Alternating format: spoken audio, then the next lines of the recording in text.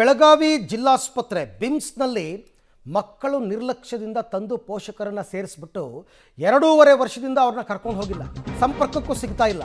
150ಕ್ಕೂ ಹೆಚ್ಚು ಕೇಸ್ ಇದೆಯಂತೆ. ಈಗ ಮಕ್ಕಳ ನಿರ್ಲಕ್ಷ್ಯದಿಂದ ಬೆಳಗಾವಿ ಆಸ್ಪತ್ರೆಯಲ್ಲಿ ಈಗ ಪಾಪ ತಂದೆ ತಾಯಿಗಳು ಅನಾಥರಾಗಿ ಚಿಕಿತ್ಸೆ ಪಡಿಬೇಕಾಗಿ ಬಂದಿದೆ. ಚಿಕಿತ್ಸೆ ನೆಪದಲ್ಲಿ ದಾಖಲಿಸಿ ಮಕ್ಕಳು ಪರಾರಿ ಆಗ್ತಾ ಇದ್ದಾರೆ. ಜನವರಿಯಿಂದ ಮಾರ್ಚ್ವರೆಗೆ 35 ಜನರನ್ನು ವೃದ್ಧಾಶ್ರಮಕ್ಕೆ ಕಳಿಸಿದೆ ಬಿಮ್ಸ್. ಸದ್ಯ ಬಿಮ್ಸ್ ಆಸ್ಪತ್ರೆಯಲ್ಲಿ 17 ಜನ ವೃದ್ಧರಿಗೆ ಈಗ ರೈಟ್ ನೌ ಆರೈಕೆ ಮಾಡ್ತಾ ಇದ್ದಾರೆ. ಅಂದರೆ ಕೆಲವ್ರನ್ನೆಲ್ಲ ವೃದ್ಧಾಶ್ರಮಕ್ಕೆ ಕಳಿಸ್ಲೇಬೇಕಲ್ಲ, ಎಷ್ಟು ದಿನ ಅಂತ ಹಾಸ್ಪಿಟಲಲ್ಲಿ ಇಟ್ಕೊಳ್ಳೋಕ್ಕಾಗತ್ತೆ. ಚಿಕಿತ್ಸೆ ನೆಪದಲ್ಲಿ ಪೋಷಕರನ್ನು ದಾಖಲಿಸಿ ಮಕ್ಕಳು ಪರಾರಿ ಆಗ್ತಿದ್ದಾರೆ. ಕಳೆದ 2 ವರ್ಷದಲ್ಲಿ 160 ವೃದ್ಧರನ್ನು ಈ ರೀತಿ ಶಿಫ್ಟ್ ಮಾಡಲಾಗಿದೆ. ಆಮೇಲೆ ಸ್ವಲ್ಪ ದಿನ ಅವ್ರು ಚೇತರಿಸ್ಕೊಂಡ್ಮೇಲೆ ವೃದ್ಧಾಶ್ರಮಕ್ಕೆ ಕಳಿಸ್ತಾರೆ.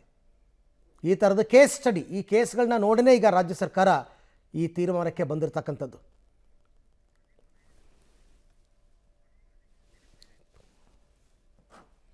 ಈ ಬಗ್ಗೆ ಮತ್ತಷ್ಟು ಮಾಹಿತಿ ನನ್ನ ಕೊಲೀಗ್ ದಿಲೀಪ್ ಅವರಿಂದ ಪಡ್ಕೊಳ್ಳೋಣ. ದಿಲೀಪ್, ಈಗ ಬಿಮ್ಸ್ ಆಸ್ಪತ್ರೆಯ ಕೇಸ್ ಸ್ಟಡಿ ಏನು ಹೇಳುತ್ತೆ?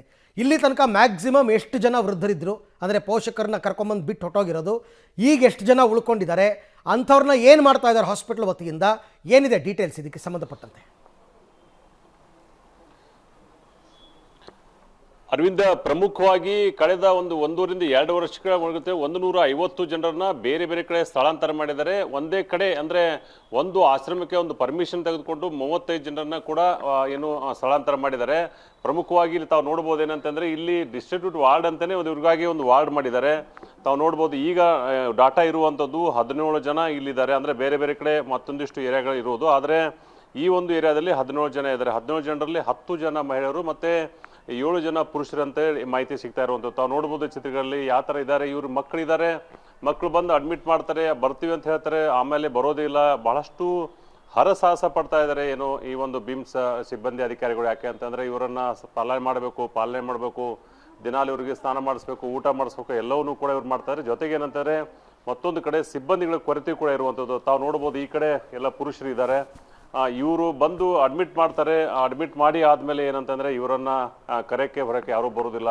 ಒಂದಿಷ್ಟು ಮಾಹಿತಿಗಳು ಕೂಡ ನಾವು ಪಡಿತಾ ಇದ್ದೀವಿ. ಏನಂತಂದ್ರೆ, ಈ ಒಂದು ವಿಚಾರದಲ್ಲಿ ಸೈನ್ಗಳಿದ್ರೆ ಬರ್ತಾರಂತೆ, ಏನಾದ್ರು ಒಂದು ಡಾಕ್ಯುಮೆಂಟ್ಸ್ ಸೈನ್ಗಳಿದ್ರು ಬರ್ತಾರಂತೆ. ಆಮೇಲೆ ಬರ್ತೀವಿ ಅಂತ ಹೇಳಿ ಹೋದವರು ಇವರಿಗೆ ಕಣ್ಣಿಗೆ ಸಿಗುದಿಲ್ಲ, ಮತ್ತೆ ಫೋನ್ ಮಾಡಿದ್ರು ಕೂಡ ಫೋನನ್ನು ಪಿಕಪ್ ಮಾಡೋದಿಲ್ಲ. ಇದೊಂದು ಬಹಳಷ್ಟು ಭಯಾನಕ, ಏನಾದ್ರು ದುರದೃಷ್ಟಕರ. ಏನಂತಂದ್ರೆ, ಯಾವ ಫೋನ್ ನಂಬರನ್ನು ಬರ್ಸಿರ್ತಾರೆ ಆ ಫೋನ್ ನಂಬರ್ನ ಪಿಕ್ ಮಾಡೋದಿಲ್ಲ. ಅಂದರೆ ಪೇರೆಂಟ್ ಅಟೆಂಡ್ ಅಂತ ಏನು ಹೇಳ್ತೀವಲ್ಲ, ರೋಗಿಗಳ ಅಟೆಂಡ್ ಅಂತ ಏನು ಬರ್ದಿರ್ತೀವಿ, ಆ ಒಂದು ಫೋನನ್ನು ಕೂಡ ಅಟೆಂಡ್ ಮಾಡಿದ್ರೆ. ಎಲ್ಲ ವಿಚಾರವಾಗಿ ಮಾತಾಡೋಕ್ಕೆ ನಮ್ಮ ಜೊತೆ ತಿಗಡಿ ಅವರು ಇದ್ದಾರೆ. ಬನ್ನಿ ಅವರನ್ನು ಮಾತಾಡೋಣ. ಡಾಕ್ಟರ್ ತಿಗಡಿ ಅವರು, ಏನು ಹೇಳ್ತಿರ್ತೀರಿ?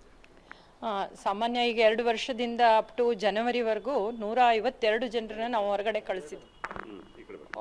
152 ಜನರನ್ನ ನಾವು ಹೊರಗಡೆ ಆಶ್ರಮ, ಬೇರೆ ಬೇರೆ ರಾಜ್ಯಕ್ಕೆ ಹಾಗೂ ಅವರವರ ಮನೆಗಳಿಗೆ ಕರ್ನಾಟಕ ರಾಜ್ಯದಲ್ಲಿ ಕೂಡ ಕಳಿಸಿದ್ದೀವಿ. ಅದರಲ್ಲಿ 17 ಜನ ಹೊರ ರಾಜ್ಯಕ್ಕೆ ನಾವು ಕಳಿಸಿರೋದು. ಅವ್ರಿಗೆ ಮಕ್ಕಳಿದ್ದು ಆದರೆ ಗೊತ್ತಿರಲಿಲ್ಲ ಅವರಿಗೆ ಎಲ್ಲಿದ್ರು ಅಂತ. ಇನ್ನು 62 ಜನರನ್ನ ನಾವು ಆಶ್ರಮಕ್ಕೆ ಕಳಿಸಿದ್ದೀವಿ. ಅದರಲ್ಲಿ ವಯೋವೃದ್ಧರು ಇದ್ದಾರೆ, ಸ್ವಲ್ಪ ಕೆಳಗಿನ ವಯಸ್ಸಿನವ್ರೂ ಇದ್ದರು.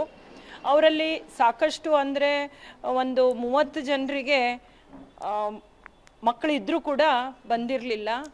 ಅವ್ರನ್ನ ನಾವು ಕೂಡ ಆಶ್ರಮಕ್ಕೆ ಈಗಾಗಲೇ ಕಳಿಸಲಾಗಿದೆ. ಈಗ ಜನವರಿಯಿಂದ ಇತ್ತೀಚೆಗೆ ಇಷ್ಟೆಲ್ಲ ಆಗಕ್ಕೆ ಏನಂತ ಹೇಳ್ತಾರೆ? ಎಲ್ಲ ಕಾರಣ ಏನು? ಕಾರಣ ಅಂದರೆ ಅವರು ರೋಗಿಗಳನ್ನ, ಅಂದರೆ ತಂದೆ ತಾಯಿ ಇರ್ಬೋದು ಅಥವಾ ಅಣ್ಣ ತಂಗಿ ಇರ್ಬೋದು, ಅವ್ರನ್ನ ಸೇರಿಸಿಟ್ಟು ಹೋಗಿರ್ತಾರೆ. ಒಬ್ರು ಬರೋದಿಲ್ಲ, ಮಕ್ಕಳು ಡೈವರ್ಸ್ನೂ ಆಗಿರ್ತವೆ. ಇದು ಏನಂತಂದ್ರೆ ಬಹಳಷ್ಟು ತೊಂದರೆ ಆಗಿರುವಂಥದ್ದು. ಅರವಿಂದ್, ಈ ತರ ಬಹಳಷ್ಟು ಪ್ರಕರಣಗಳು ನೋಡಕ್ಕೆ ಸಿಗುತ್ತೆ ಅಂತ ಹೇಳ್ತಾ ಇರುವಂಥದ್ದು. Right, thank you Dilip. ತಮ್ಮ ಎಲ್ಲ ಮಾಹಿತಿಗಾಗಿ ಧನ್ಯವಾದ.